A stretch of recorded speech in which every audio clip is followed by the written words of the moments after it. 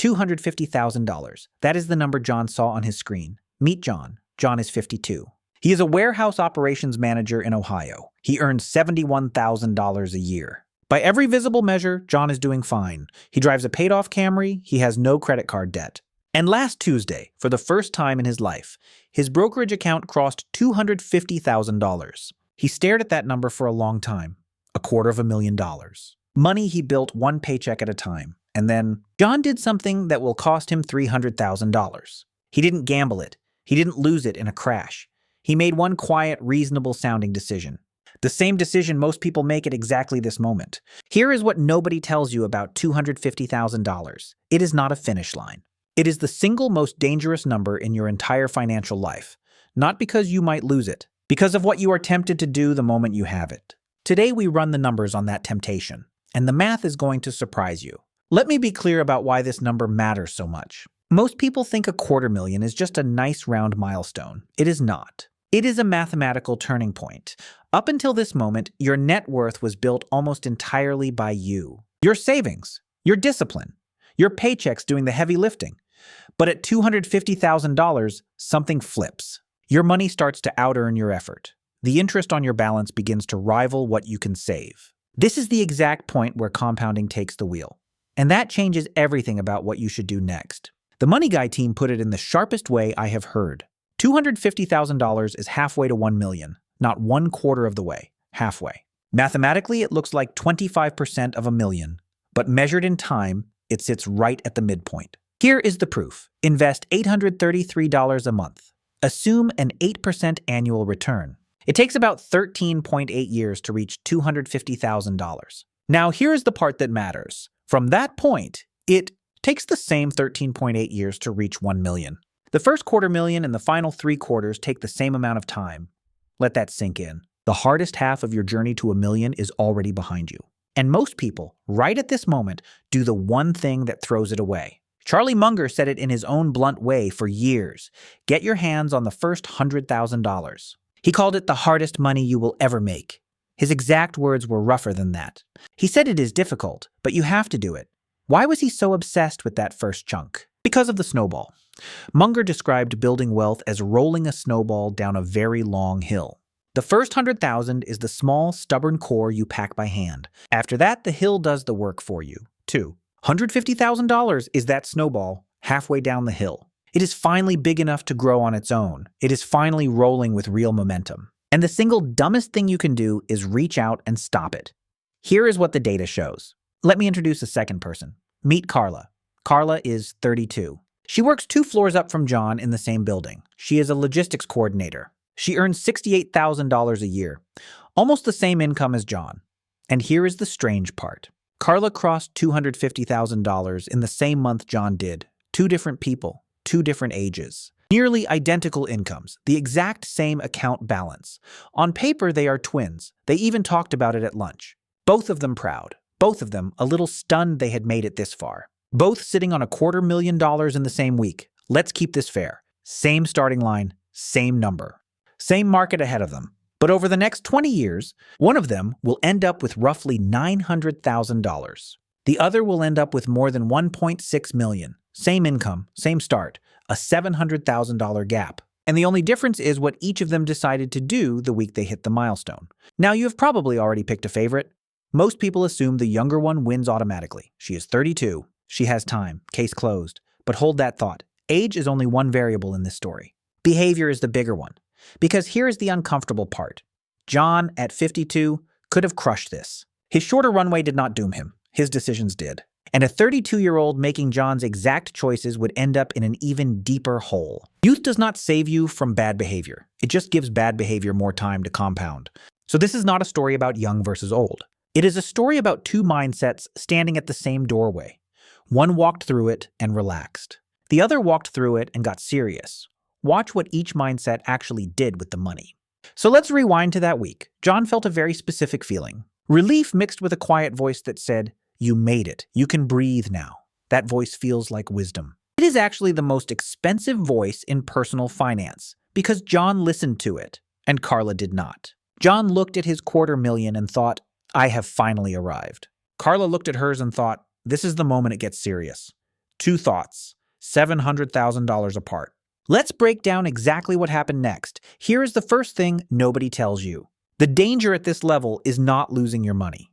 It is rewarding yourself with it. John had waited decades to feel rich, so he bought the boat. $14,000 pulled straight from the account. It felt earned. It felt small. 14,000 out of 250. Barely a dent, right? Run the numbers.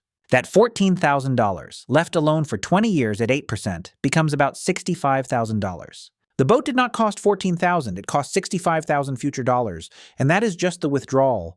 The real damage was the mindset it unlocked. Once you tap the account for a reward, the account stops being sacred. It becomes a source. John had crossed an invisible line. The money was now spendable. That is the trap. Most people believe wealth is destroyed by huge, dramatic mistakes. A market crash, a bad business, a scam. The truth is quieter. Wealth at this level is destroyed by small, reasonable withdrawals that each feel completely justified. $14,000 for the boat, then $8,000 for the kitchen, then a nicer car, because you deserve it. Here's what actually happens to lifestyle at this stage. Economists have a clean phrase for it. Your expenses expand to fill the space available. Give yourself permission to spend, and spending quietly grows to match. It is called lifestyle creep, and it hunts people the moment they feel financially safe. John got a raise that year, $3,000. In the past, he would have invested it, but he had arrived now, so he absorbed it into his life. Bigger streaming bundle, nicer steaks, weekend trips. None of it felt like a decision. That is exactly why it is dangerous. Carla got almost the identical raise. She did one thing differently. She automated it. The entire raise went straight into her investments before she ever saw it. She never felt richer, so she never spent richer. That single automation is worth 6 figures over her lifetime. Here is the rule that separates them. Do not live beyond your assets. Every time your income rises, wall off a slice before your lifestyle can touch it.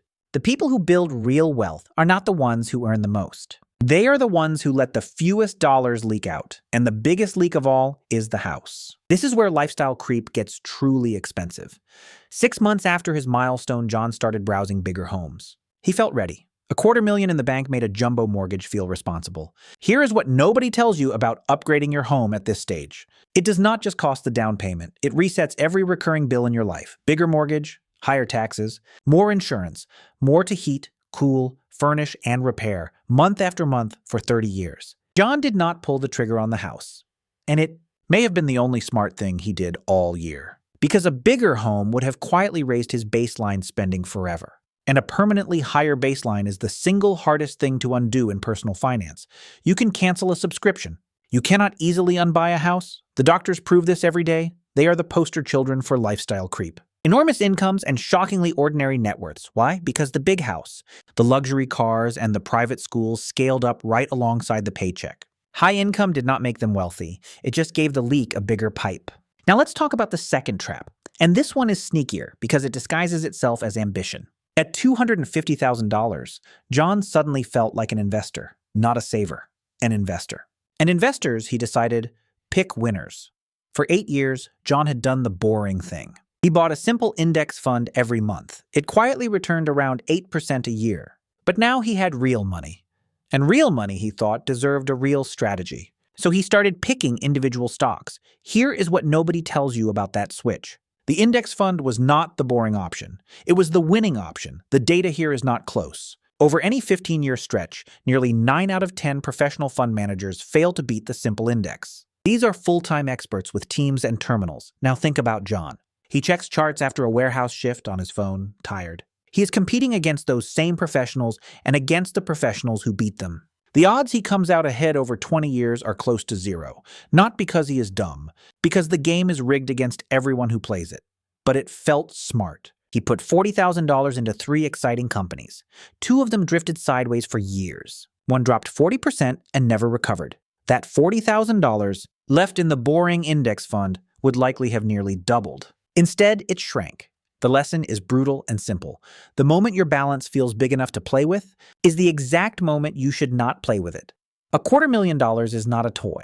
It is the engine. You do not take the engine apart to see how fast the pieces can go. Now the third trap. This is the one that got its hooks in Carla for a single scary month. It is the opposite mistake. It is not spending too much. It is stopping too soon. There is a name for it now. Coast fire. The idea sounds beautiful. You save hard early. You hit a number, then you stop contributing and let compounding carry you to retirement.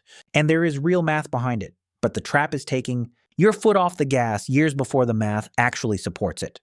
Carla ran the seductive version of the numbers. 250,000 at 8% for 30 years. Becomes over 2.5 million on its own. So why keep contributing? Why not stop and enjoy the money now? For about a month, she believed it. Here is what saved her. She checked the real assumptions. That projection needed 30 uninterrupted years and a flawless 8%. It ignored inflation eating her future dollars. It ignored the down years that test your nerve. It assumed she would never touch a cent. Coasting felt safe. It was actually fragile. So Carla made a smaller, smarter move. She did not stop contributing. She simply stopped increasing the pressure. She kept investing the same amount, automated, every month. She let compounding do the heavy lifting without abandoning the plan. That is the difference between coasting and quitting. Here is what nobody tells you about the years right after this milestone. They are the highest leverage years of your entire financial life. Every dollar you invest now has decades to multiply. A single $1,000 invested at 52 is worth far less time than the same 1,000 at 32, which is why Carla's youth is her secret weapon. Let's make that concrete. Carla is 32. Her $250,000 has 33 years to compound before she is 65. John is 52. His $250,000 has 13 years. Same balance, same market. But time is the one ingredient you cannot buy back. And Carla has 20 more years of it. This is why the milestone matters more for the young. Carla's 250,000, untouched at 8%, becomes roughly 3 million by 65. John's same 250,000 becomes about 700,000 in his shorter window. The number on the screen was identical.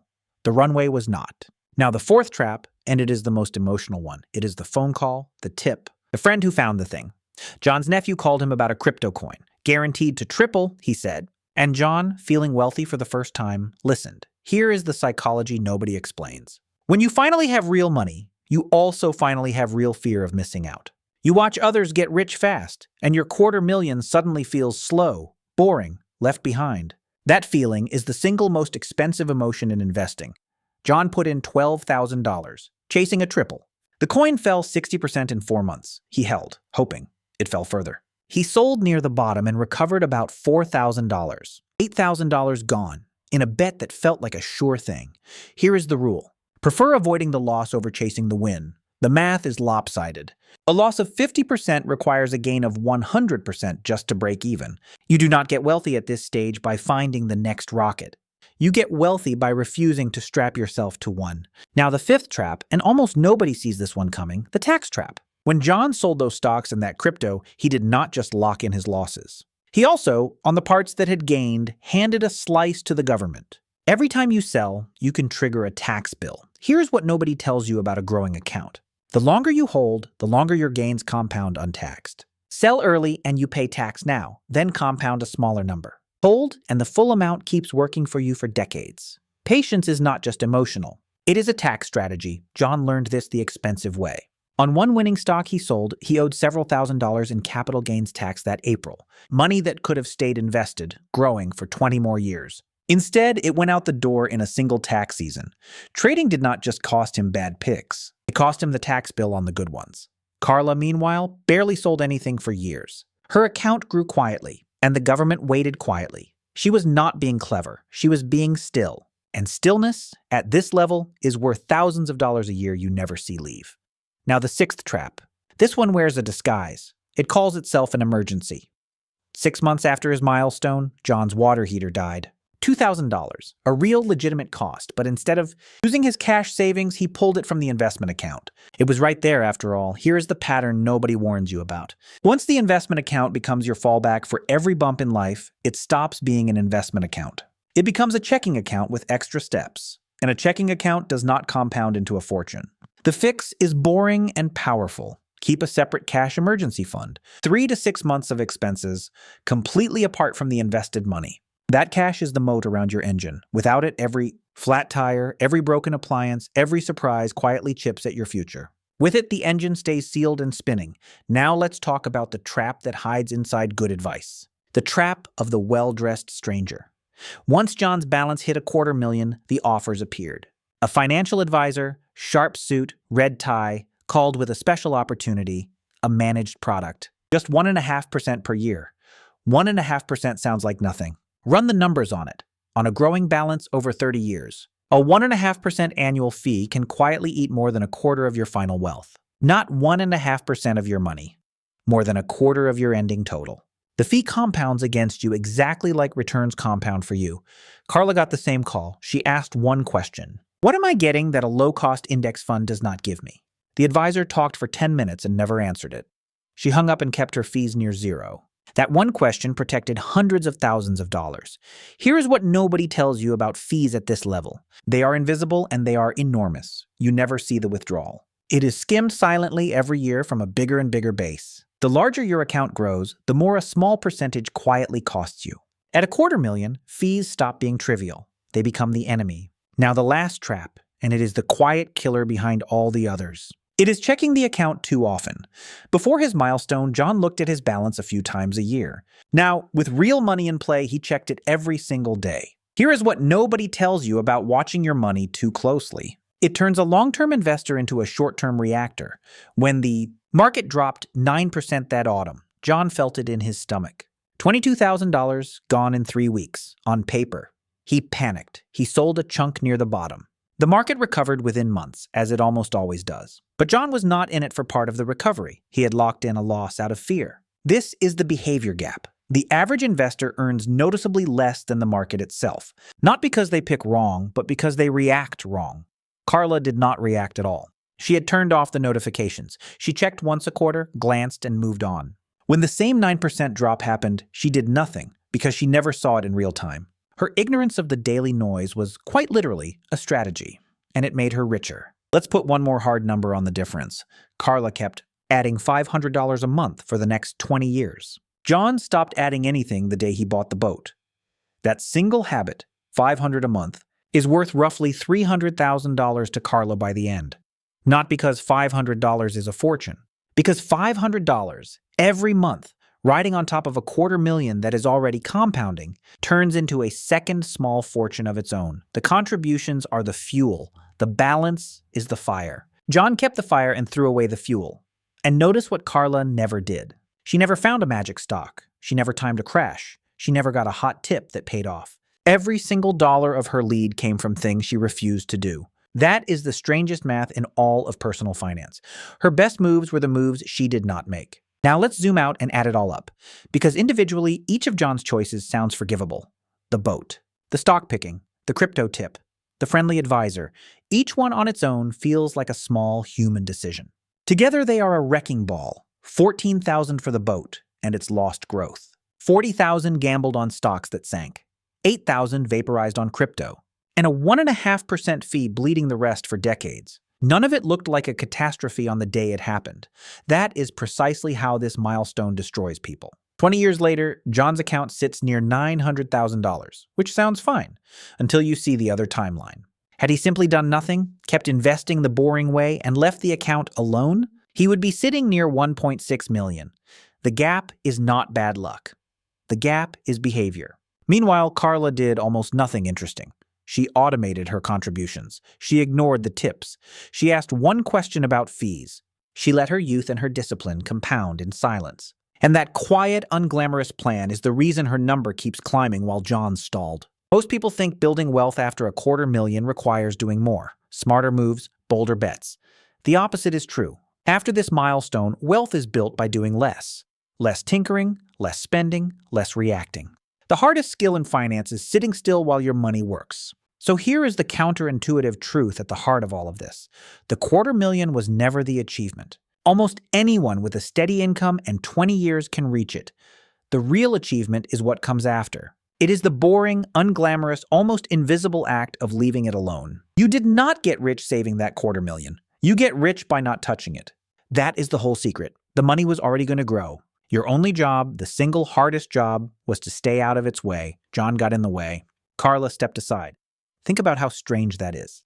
Every other stage of life rewards action. Work harder, earn more, do something. But this one stage, the years right after your first big number, rewards restraint. The person who does the least wins. The snowball is already rolling downhill. You just have to stop kicking it. That is why $250,000 destroys so many people. Not because it is too little. Because it is finally enough to tempt you. Enough to feel rich. Enough to reward, to gamble, to coast, to chase. The number that could set you free is the same number that whispers, you can relax now.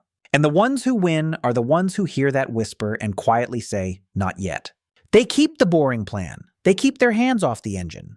They let the most powerful force in finance do the thing it does best, which is compound silently for decades while they simply live their lives. So if you are anywhere near this milestone, here is the one thing to remember. The moment it feels safe to relax is the exact moment your discipline matters most. Do not reward yourself out of your future. Do not gamble the engine. Do not coast before the math says you can. And do not let a friendly stranger skim a quarter of your life's work. The next time you hit a big round number and feel that voice say you have finally arrived, ask yourself one honest question. Am I about to protect this or spend it? Because at this level, the difference between those two answers is measured in millions. Do the math. Make the decision that matches your reality, not the feeling in the moment. If this showed you something about your money you had not seen before, subscribe to Desmond Wealth and hit the bell. We break down the hidden math behind the financial decisions you face every day. No hustle culture, no shame, just the numbers and what they are really trying to tell you.